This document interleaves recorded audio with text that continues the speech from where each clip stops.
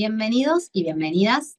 En este módulo proponemos hacer un recorrido por la normativa nacional, provincial y municipal en materia de protección a los animales no humanos y a través de este recorrido ir analizando de forma crítica cuáles son los aspectos de las interacciones, las relaciones y los vínculos con los demás animales que se van afectando en cada caso.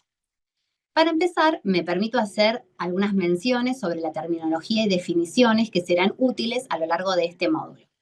Los términos animal, animales, animal no humano, seres sintientes, sujetos de derecho, persona no humana y demás animales serán utilizados de manera indistinta para referirse a los animales como sujetos de derecho y obligaciones por parte de los humanos. También otro de los términos es el del término de antrozoología, que es el estudio científico de la interacción humano-animal y de los vínculos humano-animal. Y dentro de este marco se analiza las interacciones, las relaciones y los vínculos con los demás animales. Interacción va a ser el comportamiento de dos animales mutuos que forjan las bases de una relación. Es lo observable, lo que el humano puede ver y es lo que vemos los humanos de esa interacción. Por otro lado está la relación. La relación va a ser una serie de interacciones a lo largo del tiempo y donde ya se puede predecir un comportamiento. Existe una familiaridad. Luego tenemos el vínculo, que va a ser una relación mutuamente beneficiosa y dinámica. En este sentido, entonces, podemos dar ejemplos de interacciones, tanto positivas como negativas, pero una de las interacciones negativas sería el maltrato animal o, por ejemplo, actividades tales como las jineteadas, donde no hay un vínculo mutuo, entonces no hay vínculo posible porque no hay beneficio mutuo entre las dos partes. Por otro lado, también vamos a asumir una postura ética, que va a ser una postura ética no antropocéntrica y no especista, o sea, antiespecista. Desde la visión de lo ético y lo moral es que surgen las leyes y las normativas, y hay que tener en cuenta que la discusión del reconocimiento del animal como agente social o como sujeto de derecho también se da en este plano, en el plano político, en el plano legal, pero también en el plano ético y moral. Esta postura antropocéntrica significa que el foco está puesto en beneficio o presunto beneficio del humano. Antropo, centro de interés, y humano colocado en el centro y fuera del reino animal. Por su parte, el especismo es una forma de discriminación que consiste en considerar a los seres humanos superiores a los animales y por lo tanto más merecedores de valor moral. Esta creencia muchas veces lleva a tratar a los animales como objetos de consumo y a justificar su explotación. La pertenencia a una u otra especie animal no resulta para nosotros un criterio moral suficiente para reconocer derechos fundamentales a los individuos humanos y no a los individuos no humanos. Entonces, desde una postura no antropocéntrica se va a valorar el bienestar de los demás animales igual que el nuestro, igual que los animales humanos. Y desde la postura ética del antiespecismo vamos a rechazar lo máximo posible la opresión y explotación de los demás animales y promover hacia ellos un trato respetuoso y justo. El análisis que se pretende dar de la normativa en materia de protección de los demás animales parte del nuevo paradigma vigente actualmente que reconoce a los demás animales o a los animales como sujetos portadores de derechos que les son reconocidos por las leyes y también por la jurisprudencia, que la jurisprudencia significa todas las sentencias que los distintos tribunales del país e inclusive internacionales van sacando en relación a estos temas. Bueno, ahora nos vamos a introducir entonces en el sistema legal argentino. El cuerpo legal argentino se compone de distintas fuentes, como ya lo mencionaron en el anterior video, la ley, la jurisprudencia, los principios generales del derecho, la costumbre y la doctrina, y como vimos hay una jerarquía que también surge del artículo 31 de la Constitución Nacional, por el cual la Constitución, las leyes que se dicten en el Congreso y los tratados internacionales con jerarquía constitucional van a ser la ley suprema de esta nación. También están las normas nacionales, que son aquellas también que abarcan todo el territorio de la nación. En ellas también está la Constitución Nacional, por supuesto, y los tratados internacionales, pero también tenemos los códigos civil y comercial, el Código Penal, las leyes complementarias del Código Penal, como son la ley de maltrato y crueldad animal y la ley de previsión de carreras de perros, entre otras, ¿no? Que rigen en todo el territorio nacional. Entonces, desde esta perspectiva técnica se consideran leyes nacionales. Las normas de procedimiento son dictadas exclusivamente por las provincias. En Argentina encontramos distintas normas de protección de los derechos de los animales no humanos. Entre ellas vamos a analizar primero la Constitución Nacional. ¿Qué nos dice la Constitución Nacional? Ella, en su artículo 41, establece que todos los habitantes gozan del derecho a un ambiente sano, equilibrado, apto para el desarrollo humano y para que las actividades productivas satisfagan las necesidades presentes sin comprometer las generaciones futuras. A su vez, va a decir que las autoridades proveerán a la protección de este derecho, a la utilización racional de los recursos naturales, a la preservación del patrimonio natural y cultural y de la diversidad biológica, y a la información y educación ambientales. Aquí tenemos entonces la expresión todos habitantes, que está allí remarcada. En la interpretación que le hacemos a la misma, tenemos habilitada allí la protección de los animales por ser parte del suelo argentino y de habitar el mismo. En este espacio son considerados habitantes. Asimismo, este artículo entonces va a abarcar el término la preservación de la diversidad biológica, y por diversidad biológica se entiende a la variabilidad de organismos vivos de cualquier fuente, incluidos entre otras cosas los ecosistemas terrestres y marinos y otros ecosistemas acuáticos y los complejos ecológicos de los que forman parte. Comprende la diversidad dentro de cada especie, entre las especies y de los ecosistemas. Esta definición es así que surge del Convenio sobre la Diversidad Biológica. Entonces, el artículo 41 también, por otro lado, va a demarcar de forma clara y textual que los demás animales, como miembros como nosotros de la biodiversidad, son independientes y distintos de los recursos naturales. Y esto me gusta aclararlo porque muchas veces se confunde a los animales como si fueran recursos naturales, y en lo cierto, cuando vemos y analizamos el artículo 41, cómo está redactado, lo cierto es que efectivamente se quiso separar a los demás animales de los recursos naturales. Entonces, si bien existe entre animales y recursos naturales una interacción natural y objetiva, claramente los animales, humanos o no, son individuos separados de los recursos naturales aprovechables. Entonces, los animales son seres vivientes, sintientes y conscientes, sujetos de derechos que merecen la protección de sus intereses propios y no por los beneficios que por su existencia puedan traer a los humanos. En síntesis, desde una aplicación sistémica del derecho positivo vigente, tenemos que los demás animales son habitantes del territorio nacional y ciudadanos, y estamos obligados nosotros a brindarle protección a ellos. Y en este sentido, la Constitución Nacional establece a la acción de amparo como una herramienta jurídica para hacer efectiva esta protección a los animales no humanos. Así, el artículo 43 de la Constitución Nacional dice que toda persona puede interponer acción expedita y rápida de amparo cuando no exista otro medio judicial más idóneo, contra todo acto u omisión de autoridades públicas o de particulares que en forma actual o inminente lesione, restrinja, altere o amenace con arbitrariedad o ilegalidad manifiesta derechos y garantías reconocidos por esta Constitución. A su vez, va a decir este artículo que podrán interponer esta acción contra cualquier forma de discriminación y en lo relativo a los derechos que protegen al ambiente, a la competencia, al usuario y al consumidor, así como a los derechos de incidencia colectiva en general. La acción la podrá interponer el afectado, el defensor del pueblo y las asociaciones que propendan a esos fines registradas conforme a la ley. Bueno, entonces así, de esta forma, el amparo colectivo animal resulta una importante herramienta legal para lograr la protección y preservación de las especies animales cuyo mandato es exigido, como ya vimos en el artículo 41 de la Constitución Nacional. Ahora, hasta acá, entonces, vimos lo que dice la Constitución Nacional sobre la protección de animales no humanos, y ahora vamos a pasar a las demás leyes nacionales. En esta pantalla estamos viendo un listado de leyes nacionales de aplicación a todo el territorio de la nación, y entre ellas me interesa destacar particularmente la Ley 14.346, que es la Ley contra el Maltrato y la Crueldad Animal, que más adelante vamos a ver en profundidad. También la Ley 22.421, que es de conservación de fauna silvestre. En ella los considera también a los animales habitantes y pobladores del territorio argentino. Y también la 22.351, que es la Ley de Parques Nacionales, que en base a esta ley se fueron protegiendo determinadas especies de animales, otorgándole la declaración de Monumento Nacional. Así fue como lo hicieron con la ballena franca austral, el huemul y el yaguareté. También tenemos otras leyes relevantes que están en la siguiente filmina.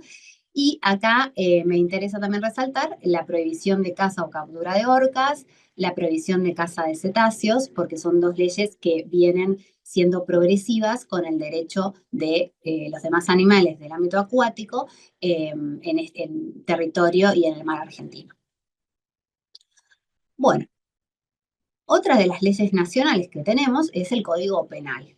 Entonces, para introducirnos en este módulo, resulta útil hacer un breve raconto histórico que nos permitirá contar con un mejor contexto.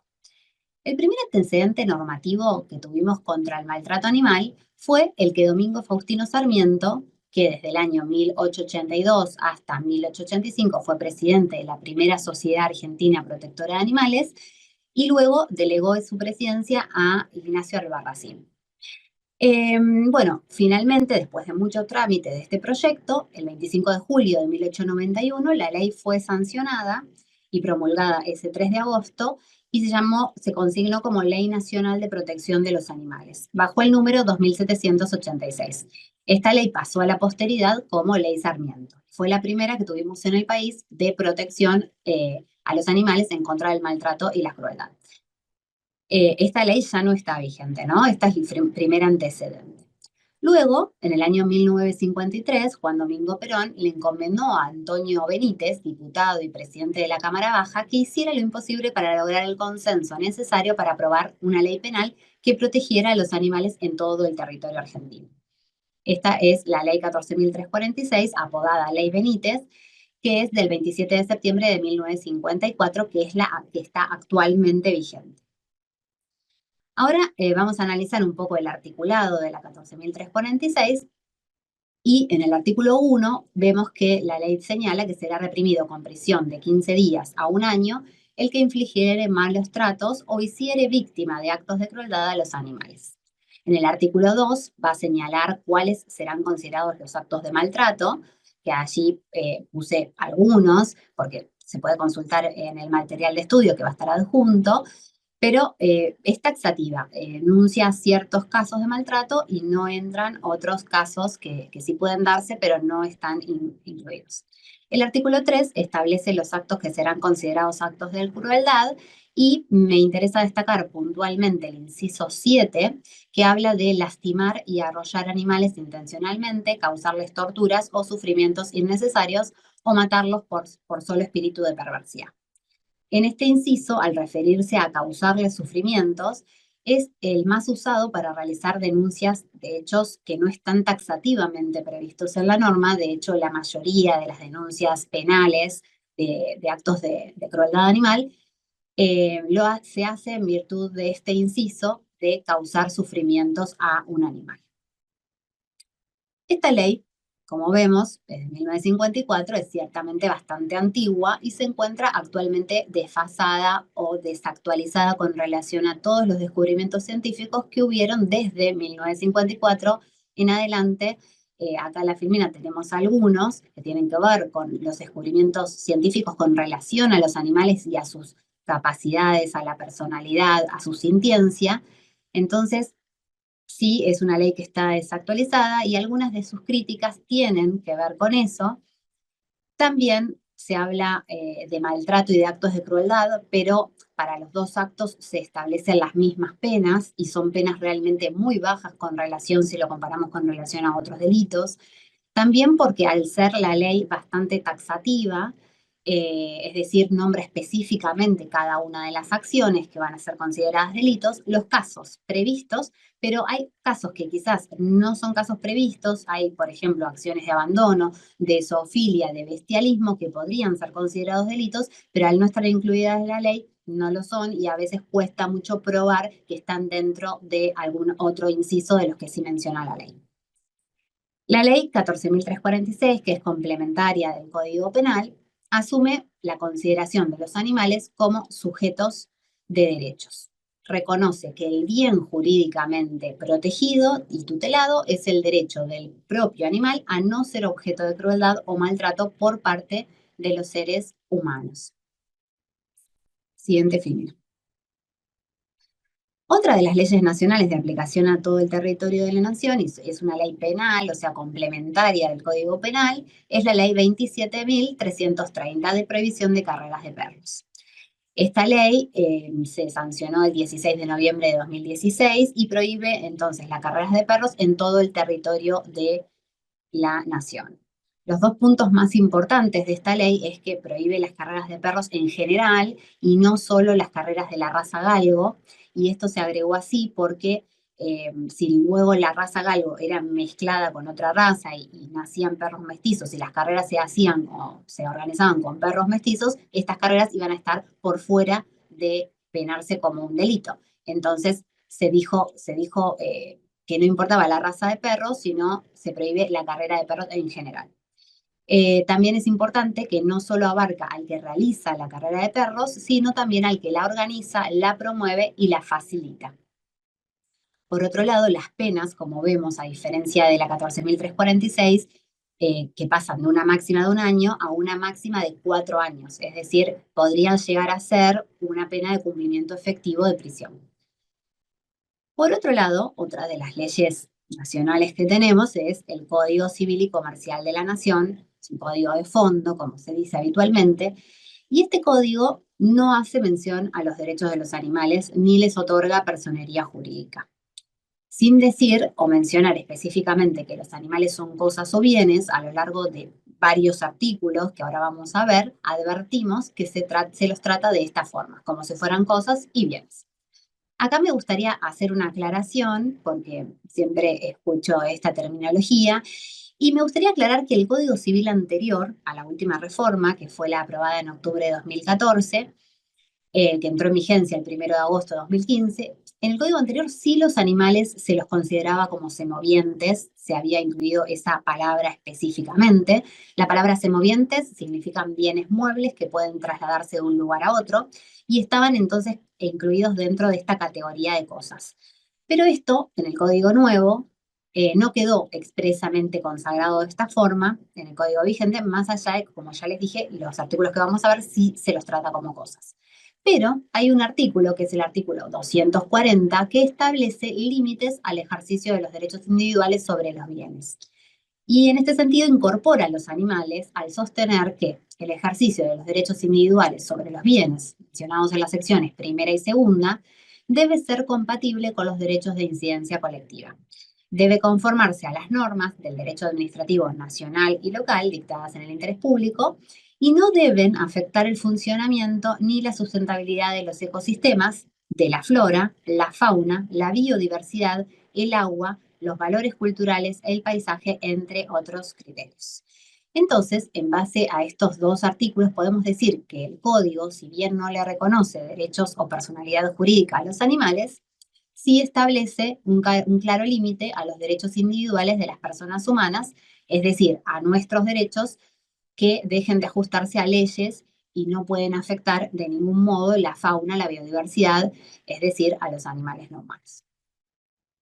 Luego el código hace mención a los animales en varios artículos. Por ejemplo, en los artículos 464 y 465, que se refiere al carácter propio ganancial del ganado y sus crías.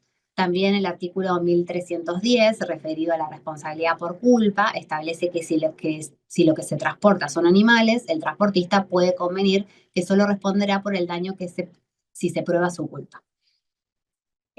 Por otro lado, el artículo 1759, cuando habla referido al daño causado por animales, dice que toda persona responde por el daño causado por el riesgo o vicio de la cosa. Es decir, entonces, no lo dice expresamente que los animales son cosas, pero los está incluyendo dentro de esta categoría a lo largo de estos artículos referidos. Por otro lado, el código en el artículo 1947, hace una disquisición, una especie de clasificación, eh, el- cuando habla de quiénes son susceptibles de apropiación, ¿no? Entonces va a decir que son susceptibles de apropiación los animales que son objeto de caza y de pesca, y que no van a ser susceptibles de apropiación los animales domésticos, es decir, los perros y gatos, aunque se escapen de su inmueble e ingresen en un inmueble ajeno, y los animales domesticados mientras que el dueño no desista de perseguirlos. Acá vemos otra delimitación que el Código Civil hace de acuerdo al grado de animal que sea. Entonces, los animales silvestres, salvajes, como suele llamarse, objetos de caza y pesca, sí son susceptibles de apropiación y entran dentro de la categoría de cosas. Luego, los animales domésticos, perros y gatos, el código dice que no son susceptibles de apropiación, por lo tanto, acá parecería que no están considerados como cosas y sí pueden llegar a ser considerados como parte de una familia multiespecie, como ha sido considerado en varios fallos judiciales.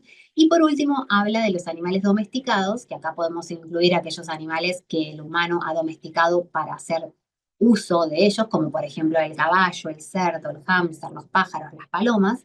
Acá el código va a decir que estos animales no son susceptibles de apropiación, mientras el dueño, o sea, va a hablar ya de dueño, no desista de perseguirlos. Realmente la técnica legislativa de este artículo es bastante confusa, pero deja entrever que otra vez estos animales serán tratados como cosas u objetos.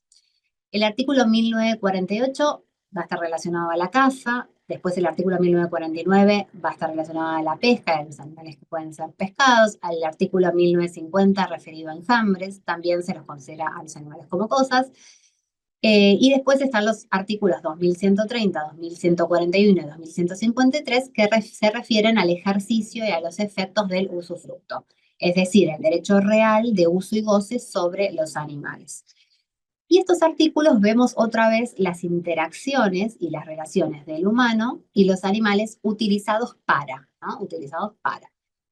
En este caso, el ganado, la caza, para la pesca, los enjambres. En este sentido, observamos cómo el código cosifica a estos animales que les da y les da un tratamiento de cosas, los categoriza de ese modo y su denominación desde lo lingüístico, desde el lenguaje, también los ubica en ese lugar al hablar de conceptos como apropiación, dueño, usufructo, conjunto de animales, es decir, acá ya no habla de individuos con derechos, no se va a hablar de especies, como también lo hace el derecho ambiental, sino que simplemente se refiere a ellos como ganado, como conjuntos de animales, o los categoriza como doméstico, domesticados, animal salvaje, susceptible de, ¿no?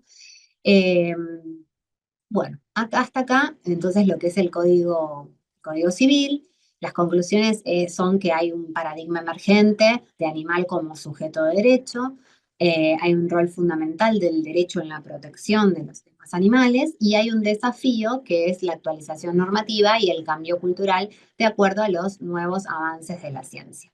Muchas gracias por su atención.